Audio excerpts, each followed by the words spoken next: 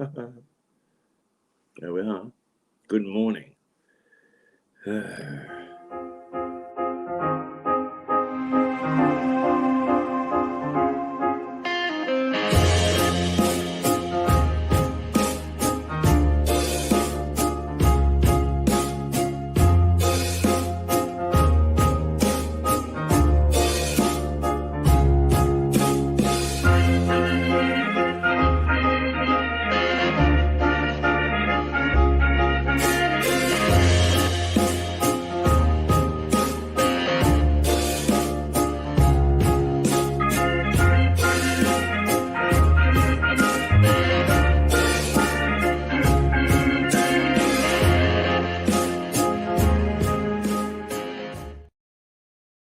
Well, good morning, and I can see that I've left the door open. There's a light. We'll fix the studio first, and then we'll start talking. Right. And of course, the studio is home this morning. Normally, I'm joined by Andrew, the man from Grizzly Hairdressers, Andrew Sloan, who has always got lots of opinions. He's fun, he's funny, and sadly his father died yesterday, and he's had to take off to the West Country. So we send our condolences with him, and wish him Godspeed, and hope that everything is all right at home when he gets there. Now, I'm going to truncate this morning. Everybody says, oh, how wonderful. Yeah, wonderful, wonderful, wonderful. But I have to listen to it. Not that many of you are happy for the entire thing, but some of you are kind enough to listen here and there and get a muddle out of it. But my battery on my phone is playing up a bit. So let's go straight to the newspapers, because almost all are concerned with the coronavirus and the fact that it's resurging.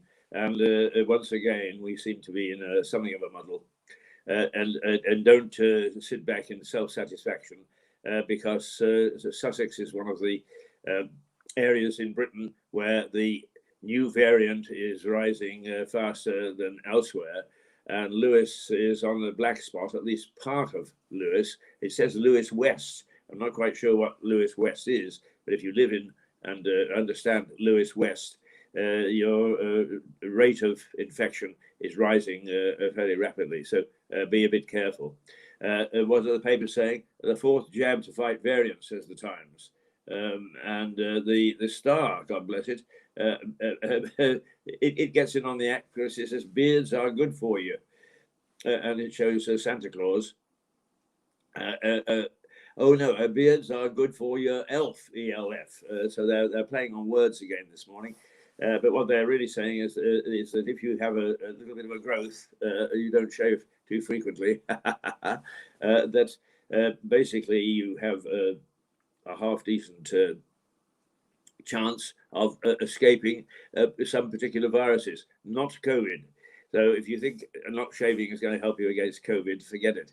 But apparently there are some fairly common and unhappy variants that a beard will escape.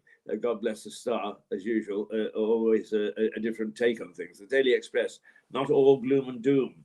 Omicron cases are mild, says the Prime Minister. Now, we have to watch that a bit because the Daily Express is the paper of choice at the moment for the government. It likes the government.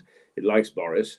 Nothing wrong with that. I'm not criticizing it for that, but you have to look at some of its words and some of its praise as being perhaps less than independent.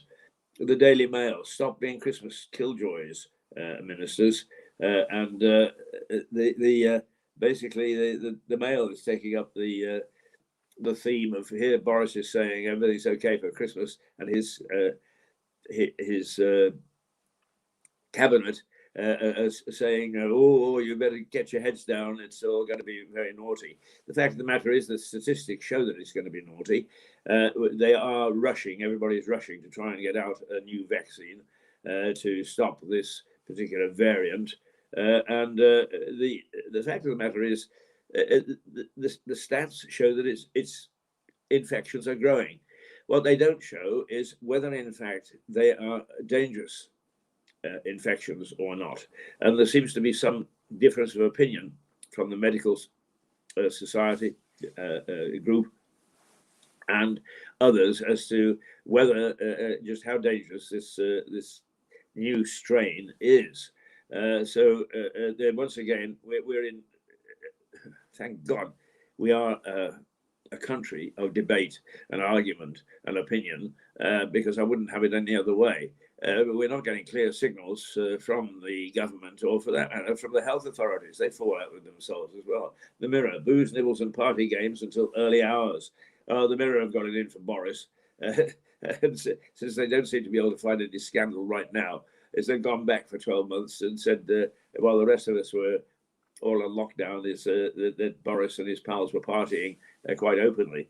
I think there's probably the matter of element of truth in that. But really, what happened 12 months ago, I don't really care.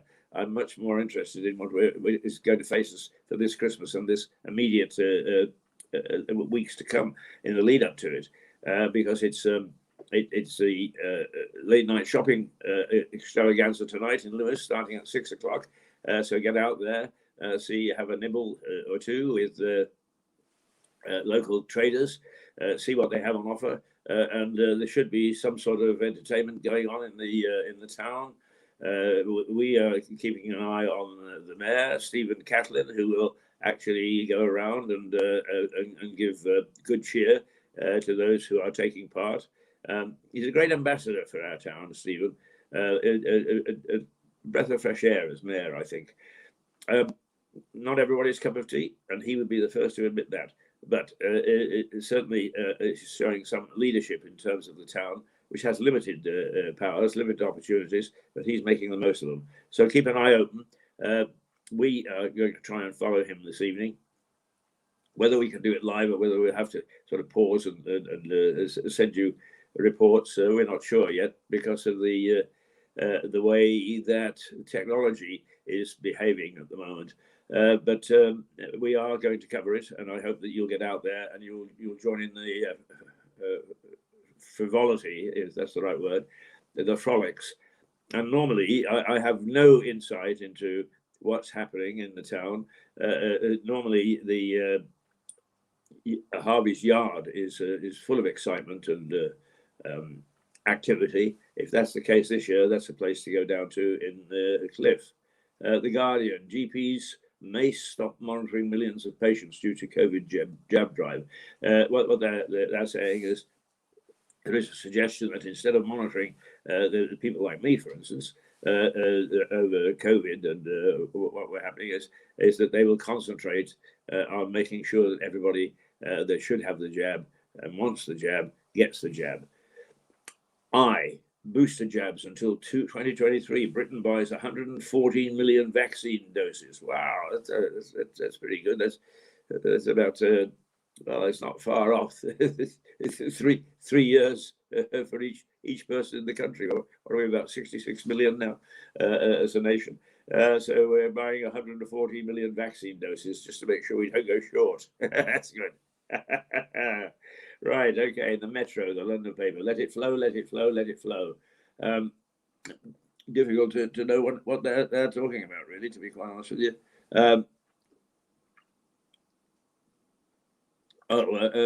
Apparently, Saeed said a party at Christmas, but do a lateral test first. What the hell does that mean? Who Omicron, mild, and vaccine jabs should work? Well, that's the World Health Organization. So what they're saying is that all the runes are right for us to have a decent Christmas and not to get too alarmed, despite the fact that the infection rate is going up. But I would imagine, even if you get a mild case of COVID, it's not pleasant. It's the lockdown bit where you can't talk to anybody. I mean, I get lonely enough as it is, and I'm sort of average OAP, I suppose. But if you're actually locked down and locked away from absolutely everything and everybody, it's no fun. I know somebody who it's just happened to, and they were going squirrely towards the end. They really were. The Financial Times, US delays deal to lift Trump-era steel tariffs over Northern Ireland fears. Well, the Northern Ireland question, where, of course, the Northern Ireland are part of Brexit, and the Republic is still part of the EU, and that's causing border problems. So now the Americans are saying, hey, hang on, some of these deals are a bit dodgy that Trump got involved in, so we're going to take a second look, and steel is one of them. What effect that'll have, I don't know. I shall check with our guru, Stuart Dolby, later in the day, ex-FT journalist, and who understands the economy much better than we do. The Mirror, Boris party broke COVID rules. Yes, they've said that. So I think we're on to yesterday's papers now. So let's just basically the papers are all about whether, in fact, we could get enough vaccine, that we are going to get enough vaccine. Nobody has mentioned the army again. Yesterday, they were talking about having the army distribute the vaccine so that it can get there. And as Stuart pointed out, the army are pretty damn good at logistics. And we remarked that one of the wonders of World War II was on Christmas Day, the American army were able to get ice cream to the troops on the front line on Christmas Day. That was, quite remarkable when you think about it. How do you do that? That requires a terrific amount of organization and logistics and so on. How are we doing? Well, we've been going 11 minutes. What is it? It is 30 minutes past 8. And why am I dressed like this? Because it's bloody cold out there. And if you're going out, beware. The sky is absolutely clear at the moment. Well, it's not really. The stuff is coming in over the horizon. But over Lewis, it's clear and it's blue. And it looks like an excellent morning out there. But it's only going to be 4 degrees today. And it's starting off at less than freezing. So do wrap up. No chance of rain, or at least very little chance of rain. But the breeze, my trees are telling me that the breeze is just beginning to get going. And they say it's a mild breeze, but stiff enough. And that always affects the temperature. So if you think that it's only 4 degrees out there, it could be with a wind that's stiff enough that could reduce it down to, let's say 0, just as a guess. But it will make it much colder. So do dress up before you go out, right? If you see me on the high street with my hat, and if I'm doing this, it means that there's a breeze around and it's trying to blow it off. It's not glued to my head, as some people have suggested, but do take care out there. It's a nice day, but it's not a nice day if you understand the contradiction. This program contradicts itself all the time. We've had a lovely visit from Melissa Conti and her son Connor, both of whom are Mirador, New York. They've come over just for a few days to see some people in London and Guildford, but they came down to Lewis because that's where Mirador Television is based, to say hello to us. They met with the crew yesterday and with a couple of guests, David and Janet Evans. We had a terrific session. It's one of those magic times where, because there are so many different backgrounds, so many different ideas, so many different opinions, that the conversation was sensible but deep, opinionated but lax, in the sense that nobody got down anybody's throats because of what they believed, or whether they were pro-jab, anti-jab, pro-Brexit or not. There was no infighting. It was a very, very sensible and delightful hour, or perhaps a little bit more, of sensible and people having a sensible discussion about the idiotic things that are assaulting our society at the moment. So there you are. That's Melissa and Connor. He's got shocking red hair. So if you see them around the town this morning, they leave this afternoon, do say hello. Right, where are we now? Well, we've been on for 14 minutes, and I said we were going to truncate it this morning, and indeed we will. But I think that it behooves us to just talk a little bit about COVID. Nothing. Well, we thought that Brexit was controversial. Families broke up, wouldn't talk to each other, and so on. And COVID is proving to be the same. Should we have a jab or shouldn't we? And there are some people who really get quite fiercely independent about having a jab, is they will not have it for a whole variety of reasons. The one that is that they're really injecting into us some sort of dose that means that they can keep an eye on wherever we go is a bit ludicrous, because they can already do that as long as you keep your phone in your pocket. So I can't think why they would put that into any injection that we're going to be given by the government. But there are people who, for a variety of reasons, are fiercely opposed to it. Good for you. Stand by your convictions, just the same as if you are pro, stand by your convictions. But for God's sake, let's not come to fisticuffs because we differ on which way we should go. I personally am a jab person. I don't mind being jabbed all over the place. I've been Africa, Asia, India, where to just get on the plane, you need all sorts of needles stuck into you. So it's second nature to me. I really don't care. Then I have to say that the nurses delivering the vaccine at the moment are so good, as I didn't even know it had been done. They said, "There you are, you can go." I said, "Well, I didn't know we'd started." That's how gentle they are. But anyway, we hope that that you'll do whatever your conscience tells you, but that it's a sensible thing, and that it helps keep our communities and our societies safe, because the infection rate is rocketing, absolutely rocketing. But some of the World Health Organization people are saying that this variant is mild. Other people have said it's not. We get opinions all over the place. But you must make up your mind based on the evidence. But do it based on the evidence. Don't just emotionally say, "I'm going to do this, I'm going to do that." Already, apparently, the pubs are panicking because people are cancelling Christmas parties. The schools are cancelling nativity plays. All that, to me, seems overreaction. Am I overreacting? I mean, or am I accusing people of overreacting? Personally, I think I went through the worst about 18 months ago. 18 months ago? Well, no, a year ago.